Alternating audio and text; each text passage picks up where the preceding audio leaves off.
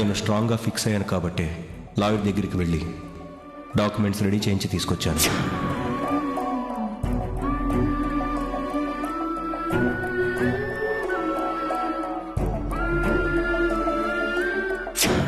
ఇక దీంట్లో ఎలాంటి మార్పు లేదు.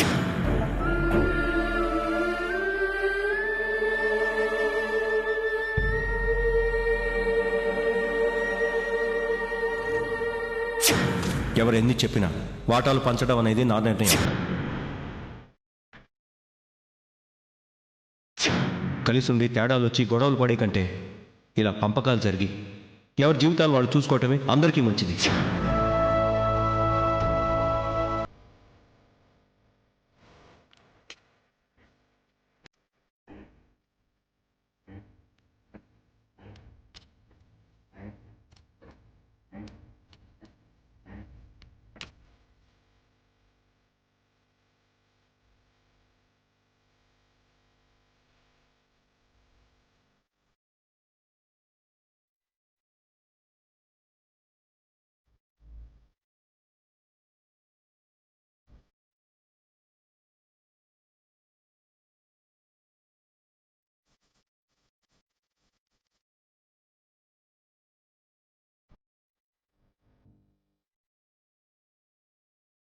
మాకు ఏ కష్టం వచ్చినా కాపు కాసి మా కన్నీళ్లు తుడిచేది నువ్వే. కన్నీళ్లు పెట్టే పరిస్థితి రావడానికి ఒక విధంగా మేమే కారణం వదినా.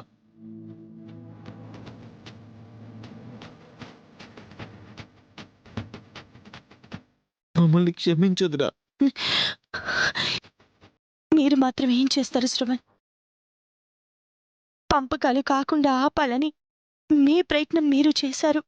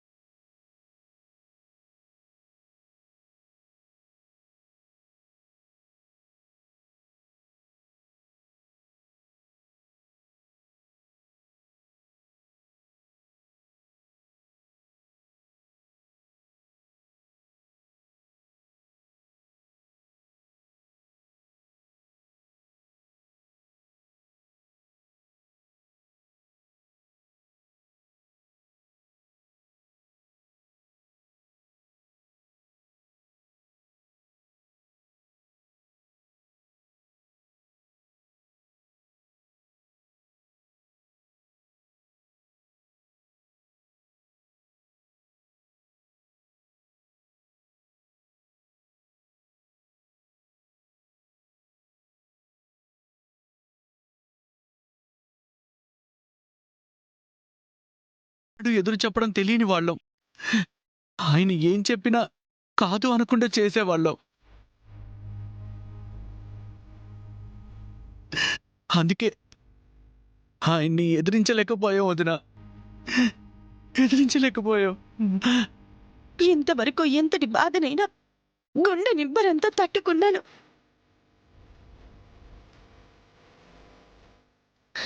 ఎలాంటి సమస్యనైనా ధైర్యంతో ఎదుర్కొన్నాను. ఏ కష్టమైనా కుమిలిపోకుండా ధైర్యంగా నిలదొక్కున్నాను. కానీ కానీ మిమ్మల్ని కనకపోయినా గుండెల్లో పెట్టుకున్నాను కాబట్టి ఆస్తి పంపకాలు అయ్యాయంటే మీరు నా నుంచి దూరం అయ్యారనే బాధతో నా కళ్ళని లాగడం లేదు.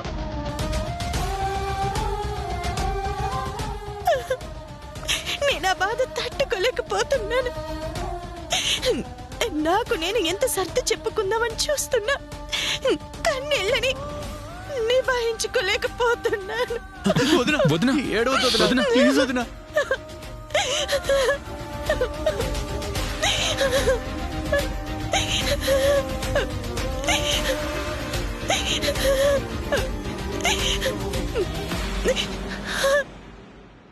బాధపడకొద్దునా.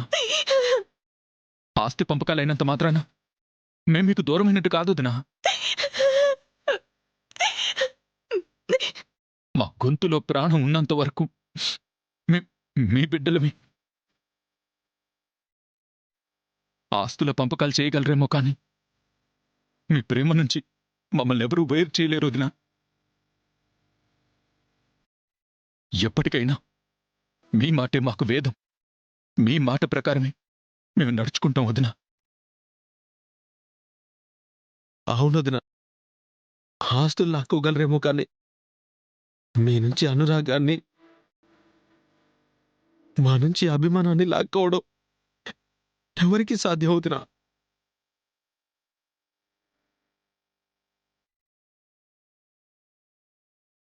వదినా, ఇంకెప్పుడు నువ్వు ఇలా బాధపడకు. వదినా, నువ్వు బాధపడుతుంటే మేము తట్టుకోలేము వదినా. మేము తట్టుకోలేం. నువ్వు ఎప్పుడు నవ్వుతూనే ఉండాలి. వదినా, ప్లీజ్ వదినా, నువ్వెప్పుడు నవ్వుతూనే ఉండాలి వదినా, నవ్వుతూనే ఉండాలి వదినా.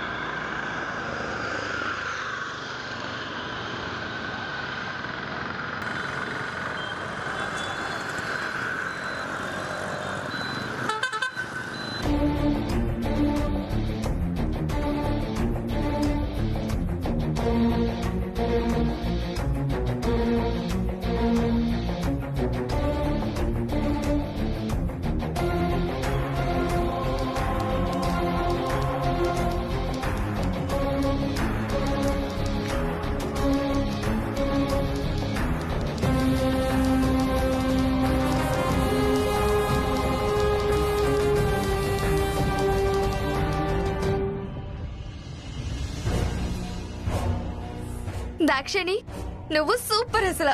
నువ్వు అనుకున్నట్టే బావగారిని ఒప్పించి సీతక్క అడ్డుపడుతున్నా ఎదిరించి ఆస్తి పంపకాలు జరిగేలా చేశావు. చాలా థ్యాంక్స్ దాక్షిణి. ఒక విధంగా నేను కూడా నీకు థ్యాంక్స్ చెప్పాలి సరస్వతి. ఎందుకంటే నేను ఏ పరిస్థితుల్లో వాటాలు పంచమన్నానో నా ఆవేదన అర్థం చేసుకుని నాకు సపోర్ట్గా మాట సహాయం చేశావు. కానీ మిగిలిన వాళ్ళందరూ నేను అందరి బాగ్ కోసమే చేస్తున్నానని తెలుసుకోకుండా నన్ను నెగిటివ్గా చూశారు. మంచి పనికి ఎప్పుడైనా ముందు ఇలాంటి అడ్డంకులు ఎదురవుతాయి దాక్షాయిని. ఇన్నాళ్ళు బావగారి చేతి మీద కుటుంబం నడిచి అక్క మాట మీద అందరం కలిసిమెలిసి ఉండి అదే జీవితం, అదే సంతోషం అనుకుంటున్నారు. రేపు మంచి లైఫ్ వచ్చాక ఇప్పుడు ఆస్తి పంపకాల్లో ఎదురు తిరిగిన వాళ్ళందరూ నిన్ను అభినందిస్తారు. ఇప్పుడు నువ్వు ఖుషిగా ఉన్నావా అక్క? నీ కళ్ళు చల్లబడ్డాయా? ముచ్చటగా కలిసిమెలిసిన కుటుంబాన్ని ఎడగొట్టి ఏం ఉద్ధరిస్తావు? పోయేటప్పుడు ఎన్ని మూట కట్టుకుని పోతావా? తెలిసి తెలియకుండా మాట్లాడకు చిట్టి. ఎందుకు మీరంతా కలిసే ఉండాలి అన్న మంత్రాన్ని పట్టుకుని జపిస్తున్నారు? పోయేటప్పుడు ఆస్తులు మూట కట్టుకుని పోకపోవచ్చు, అలా అని ముసలోళ్ళం అయ్యేంత వరకు మూకుమ్మడిగా బాధలు కూడా అనుభవించలేం కదా. కలిసుండి ఏదొచ్చినా కష్టాలు పడే కంటే విడిపోయి సంతోషంగా ఉండాలని ఇలా చేశాను. ఊకోక. నీ స్వార్థం చూసుకొని ఊసుకొని ముచ్చట్లు చెప్తావు. అక్క బావగారు నీ లెక్కనే స్వార్థం చూసుకున్నారా? నిన్నట్లా చూసుకొనుంటే మీరు ఇట్లా ఉండేటోళ్ళా? అక్క మిమ్మల్ని సొంత చెల్లెళ్ళ లెక్క చూసుకుంది, బావగారు బిడ్డ లెక్క సాకిండ్రు. మీరు మాత్రం మీ సుఖం కోసం వాళ్ళ గుండెల మీద తన్ని నెత్తిన గుట్టేసిపోయినరు. తిన్నింటి వాసాలు లెక్క పెట్టుడని దీన్నే అంటారు. ఇటువంటి పనులు చేయనీకి శరం ఉండాలక్క. చిట్టి, దాక్షిణి,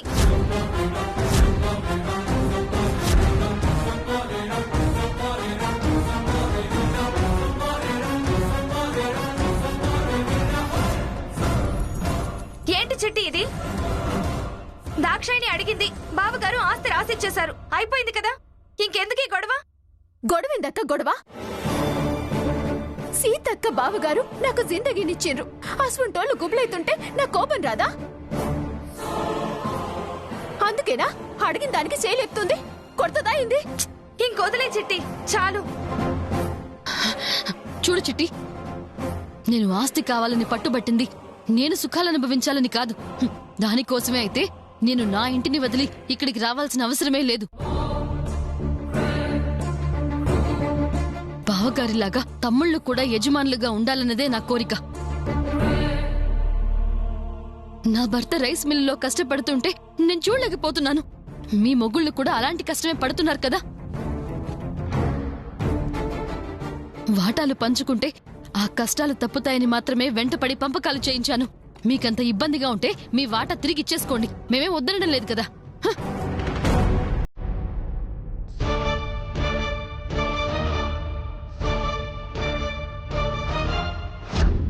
ఎట్టాగయ్యా శివ శివ నీవన్నీ వింటాటలే టుకచావు యాతనాను రాసేను దుటి రాతలే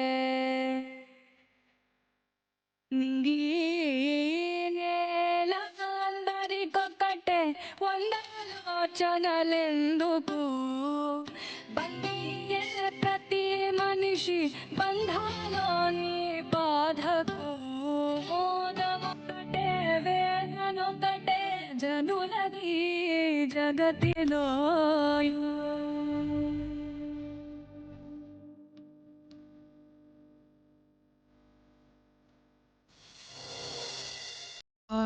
శ్రీరామచంద్ర, నిన్ను ఆదర్శంగా తీసుకుని నీ బాటలోనే నడవాలనుకున్నాను.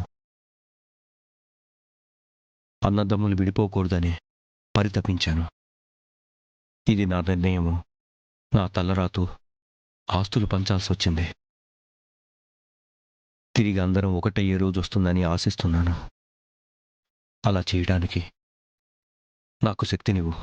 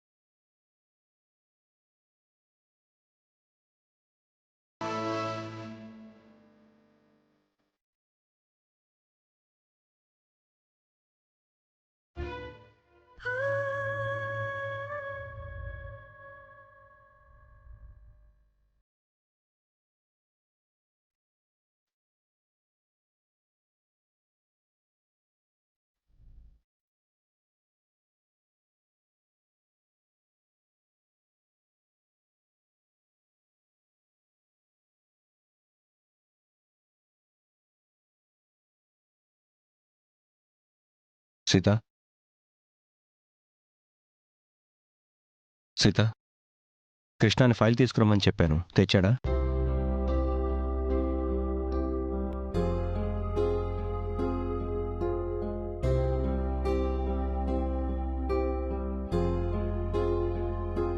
నిన్నే సీత, ఫైల్ వచ్చిందా?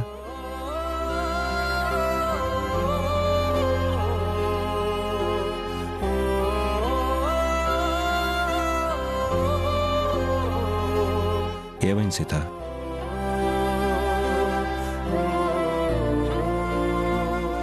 సీత, ఒక్క నిమిషం.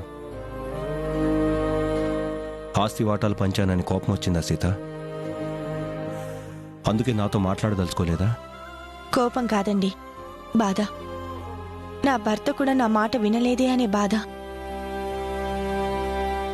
ఎందుకు ఇలాంటి నిర్ణయం తీసుకున్నారా అనే ఆవేదన. నా మాటకు విలువ లేనప్పుడు నేను మౌనంగా ఉండటమే మంచిది కదా. ఎంతో మానసిక సంఘర్షణ తర్వాత తప్పక ఈ నిర్ణయం తీసుకోవాల్సి వచ్చింది సీత. ఎంతో మంది నన్ను అపార్థం చేసుకున్నప్పుడే నేనే తప్పు చేయననే నమ్మకంతో నన్ను అర్థం చేసుకుని నా పక్కన నిలబడ్డ నువ్వు ఇప్పుడు మాత్రం నేను చేసిన దానికి ఫీల్ అవుతున్నావు. నీ బాధను నేను అర్థం చేసుకోగలను సీత.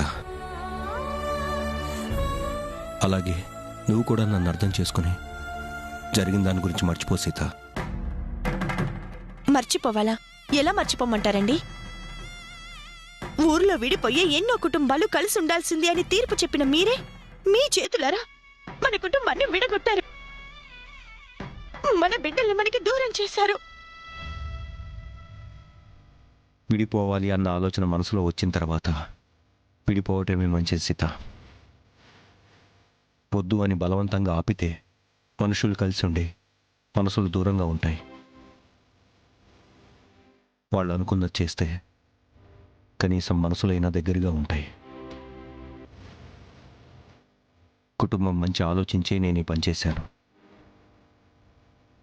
ఎప్పటికీ విడిపోకూడదని తాపత్రయపడ్డ నేనే ఎందుకు ఇలా చేయవలసి వచ్చిందో ఒక్కసారి ఆలోచించు.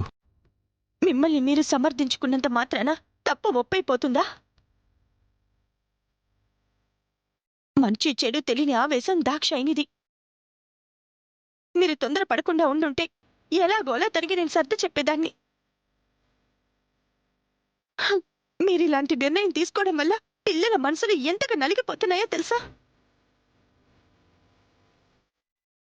పగిలిపోయిన గాజు ముక్కని అతికించడం ఎంత కష్టమో విడిపోయిన కుటుంబాన్ని తిరిగి ఒకటి చేయడం కూడా అంతే కష్టమండి. మీరు చాలా ఆవేశపడ్డారు. నువ్వెన్నైనా చెప్పు సీత, నేనందరూ బాగుండాలనే చేశాను. అందరూ మంచి కోసమే చేశాను.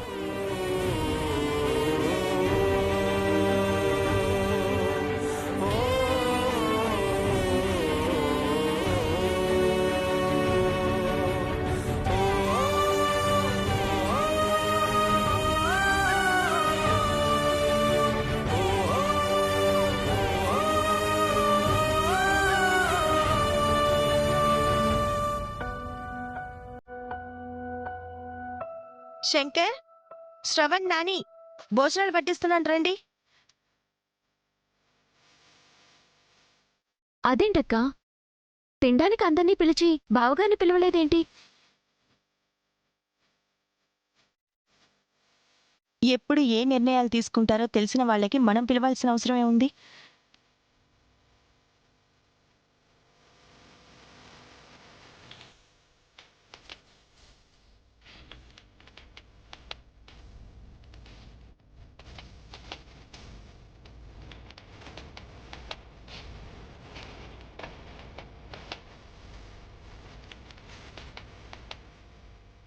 బావగారు, భోజనానికి రండి. వస్తున్నానమ్మా.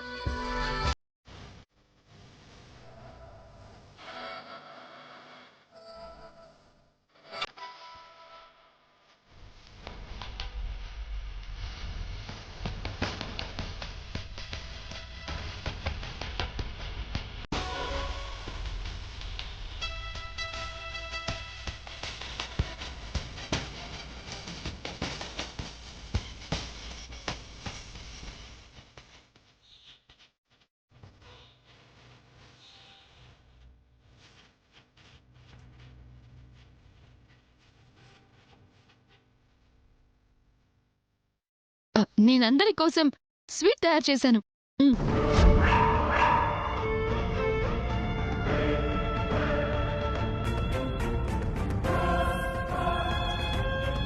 అక్క, ఎప్పుడు నువ్వే కదా వడ్డించేది. ఈరోజు నేను వడ్డిస్తాను, నువ్వు కూర్చో. దా. వద్దులే దాక్షాయిని. అదేం కుదరదు, నువ్వు కూర్చో అక్క, కూర్చో. చిట్టి, నువ్వు కూడా కూర్చో. కూర్చో చిట్టి. నువ్వు కూర్చో, నేను మారితే వడ్డిస్తాంలే.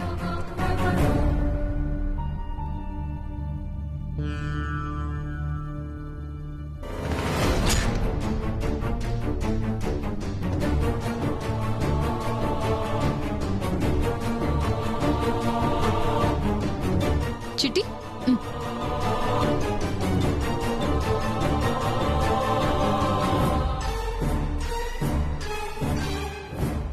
ఎందుకలా డల్గా ఉన్నారు?